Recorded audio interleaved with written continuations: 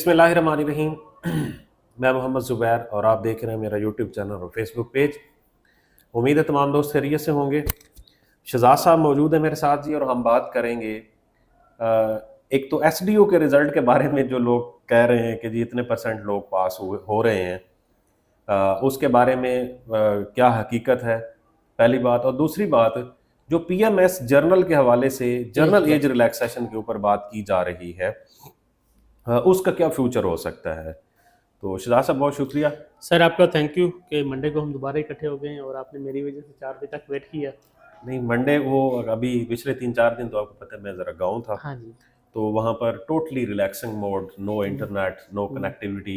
यानी आप पत्थर के ज़माने में चले जाते बस हैं। मैं पत्थर के ज़माने में चला जाता हूँ, तो वहाँ पर बस इन चीज़ों पे फिर ध्यान ही नहीं रहता। चलें, अच्छा होगा कि आप खैरियत से वापस आ गए। जी सर, खबरें चल रही हैं कि 26% या उससे भी कम कुछ फिगर्स हैं कि उसका रिजल्ट आ रहा है, लोग जीके में पास हो रहे हैं। क्या हकीकत है? सर मैं बड़ा सरप्राइज हुआ, आपने तो 26% कहा है ना। मैंने तो राउंड फिगर कर दिया।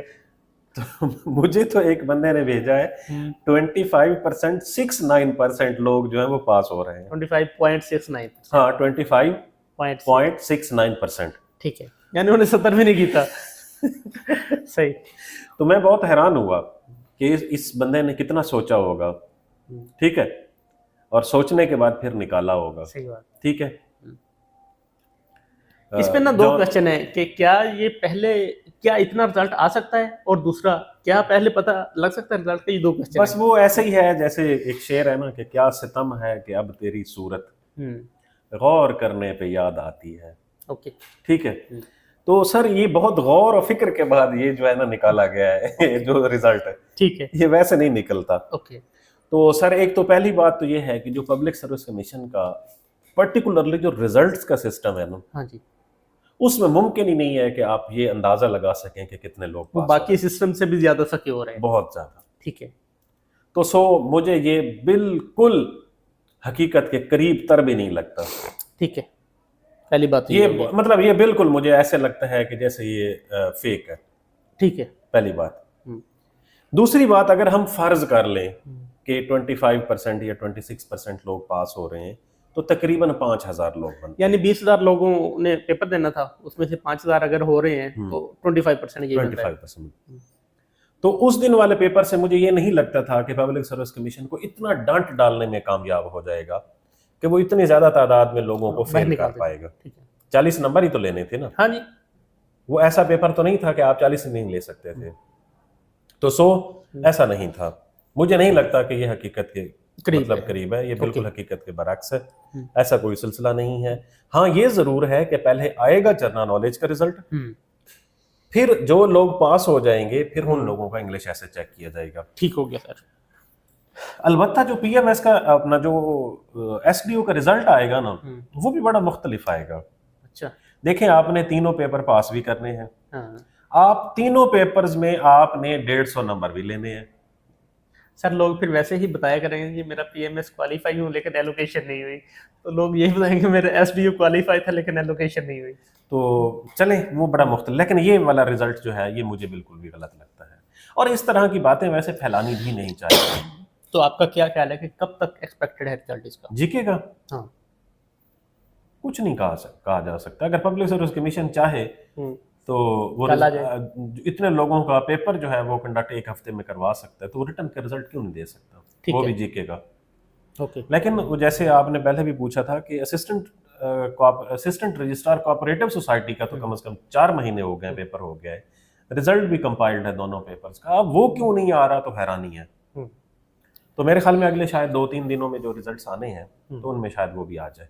चांसेस है कि 2025 में ही आ जाए इंशाल्लाह। देखें, जो चीज़ कंपाइल हुई पड़ी उसको तो सिर्फ अपलोड और सर जो दूसरे पेपर्स हुए काफ़ी टाइम तो हो गया है, लेकिन अगर आप उस पर थोड़ी सी रोशनी डाल दें, जैसे एडीएलडी है, पीएमएस मिनिस्ट्रियल है या तहसीलदार का है, तो उनके बारे में लोग परेशान है कि रिजल्ट नहीं आ रहा।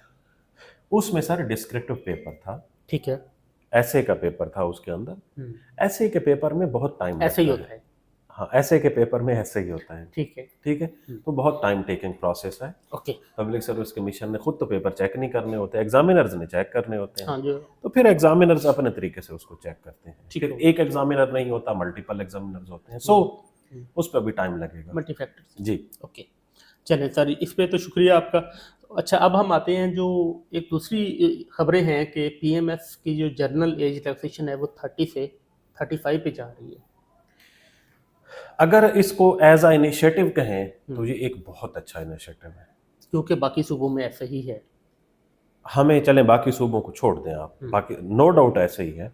हम अभी अपने पैराए में बात कर रहे हैं ना। हाँ ठीक है। ठीक है, तो मेरे ख्याल में जिन लोगों ने भी इसके लिए कोशिश की है वो बहुत दाद और तहसीन के लायक है। ज़बरदस्त है, बाकी बिल्कुल ऐसे ही हैं, और उसमें नो डाउट वो हमारे जो जंग वाले हैं सैफ रहमान साहब, सैफ रहमान देखिए मैं हमेशा से दो चीजों का क्रेडिट आपको सैफ रहमान साहब को देना पड़ेगा। Number 1, academics numbers.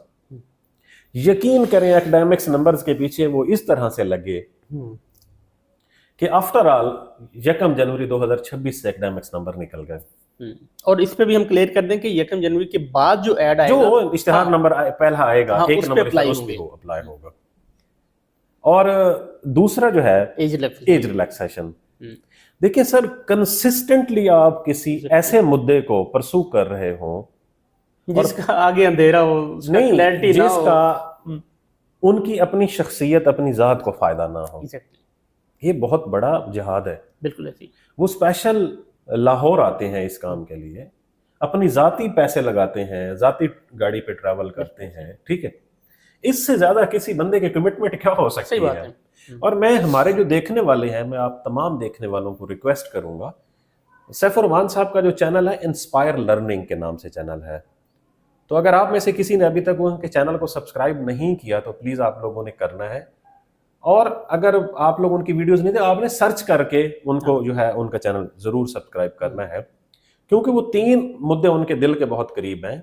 एक जर्नल एज रिलैक्सेशन, एक लेक्चरर्स या एजुकेटर्स जॉब्स, और तीसरा एकेडमिक्स नंबर का खात्मा।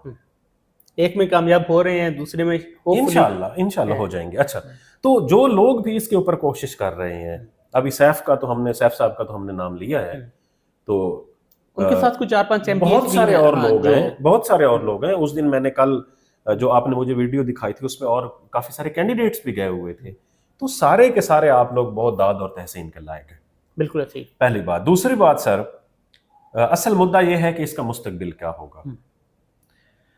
सर, मुस्तकबिल को हम प्रिडिक्ट नहीं कर सकते क्या होगा, लेकिन इनकी कमिटमेंट और इनकी कंसिस्टेंसी शायद इसका मुस्तकबिल ब्राइट कर सके। जबरदस्त। एक दफा असेंबली में तकरीर करवा लेना, ये कोई बहुत बड़ा मार्का आवाज तो उठ रही नहीं, ये बहुत बड़ा मार्का नहीं है। ठीक है, तकरीरें तो शायद नेशनल असेंबली में और सेनेट में भी बहुत होती हैं सीएसएस के हवाले से, लेकिन जब प्रैक्टिकल बात आती है, उसकी जब समरी मूव होती है एटीसी, तो वहां पर कुछ नहीं निकलता। तो यहां पर भी राइट नो तो शायद ये इनिशियल एजेंडा है, इसके ऊपर डिस्कशन होगी, मुख्तलिफ फोरम्स के ऊपर बात होगी, जाएगा। ठीक है, लेकिन हमारे यहाँ रोजाना एक नए मुद्दे पर बात होती है और असेंबली में सेम ऐसे होता है, नए सवालात होते हैं वक्फे सवालात के अंदर। अगर तो ये लोग इसको जिंदा रख पाए तो फिर तो इसमें से कुछ ना कुछ निकल आएगा। ठीक है। और ये जो पीएमएस की जो एज रिलैक्सेशन है ना, ये वैसे ही ओवरऑल जनरल एज रिलैक्सेशन के साथ नथी होनी चाहिए। ठीक है। बाकी भी जितनी भी सीट्स हैं उनकी भी एज रिलैक्सेशन बढ़ानी चाहिए। लेकिन राइट नाउ जो इस दफा वाली अटेम्प्ट है, जिसे हम 2025-26 कहते हैं, जो जिसकी अभी क्लोजिंग डेट 5 जनवरी होगी, उसमें मुझे नहीं लगता इसमें से कुछ निकल आए। यानी जो भी डिसीजन होगा वो आप ये समझने के लेट होगा, या अगर हो भी जाता तो इस पे इफेक्ट नहीं होगा? नहीं होगा। दोनों चीजें हैं। दोनों। मुझे जिन लोगों ने कोर्ट केस किया हुआ है, हाँ। जो कोर्ट को परसू किया हुआ है जिन लोगों ने इस मुद्दे में, उसके बारे में मेरी 50-50 राय है कि 50% चांस ये है कि उन्हें क्या कर लिया जाए, रिलीफ मिल जाए। 50% चांस है शायद ना मिले। ठीक है, प्रोबेबिलिटीज दोनों मौजूद हैं। ठीक है, लेकिन फिर भी वो कोशिश तो कर रहे हैं ना, अपने हाँ, हक के लिए आपको जद्दोजहद करनी चाहिए। बिल्कुल ऐसी।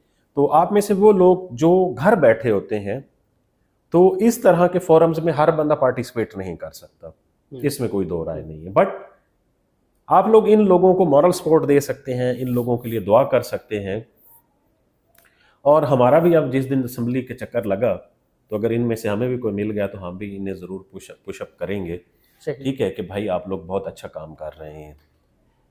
अब सर हम आ जाते हैं जो हमारा अभी राइट नाउ वाली 2026 वाली अटेम्प्ट के हवाले से है, पीएमएस का, जो पीएमएस के हवाले हाँ से जी। इसमें 101 सीट्स हैं, नहीं 119 119 सीट्स हाँ जी, हैं टोटल वन, हाँ जी। 119 सीट्स पर जो लोग 1 या 1.5 महीने से जिन लोगों का गैप रह गया वो अप्लाई नहीं कर सके और उनकी तैयारी भी बहुत अच्छी है, यकीनन उन्हें ये एज रिलैक्सेशन की ज़रूरत है, उन्हें अप्लाई करना चाहिए था, या एटलीस्ट पब्लिक सर्विस कमीशन इसको 1 जनवरी 2026 पे कर देता, जहां पर 1 जनवरी 2025 रखा गया है, ठीक है, नहीं 1 जनवरी 2025 रखना चाहिए था, 26 रखा हुआ जहां पर 26 रखा हुआ है, तो मेरे ख्याल में उसमें बहुत सारे लोग आ जाते। चलें सर, अब ये तो पॉलिसी मैटर है और हाँ जी, इसमें तो चलिए अब जो भी हो गया, टाइम टेकिंग होता है। बट जो लोग अब अप्लाई कर चुके हैं इस पर पीएमएस पर, मेरे ख्याल में उन्हें जान मार लेनी चाहिए। 119 सीट्स पीएमएस सिर्फ और सिर्फ पंजाब के लोगों ने उसके ऊपर अप्लाई करना है और पंजाब के कैंडिडेट्स ने सिलेक्ट होना है। इतनी सीट्स तो हमारी फेडरल में भी नहीं आती जो सीएसएस आता है, सही, ठीक है। तो ये एक जो कंबाइन या कंपेटिटिव इम्तिहान है पीएमएस का, जिसमें 3 केडर्स हैं।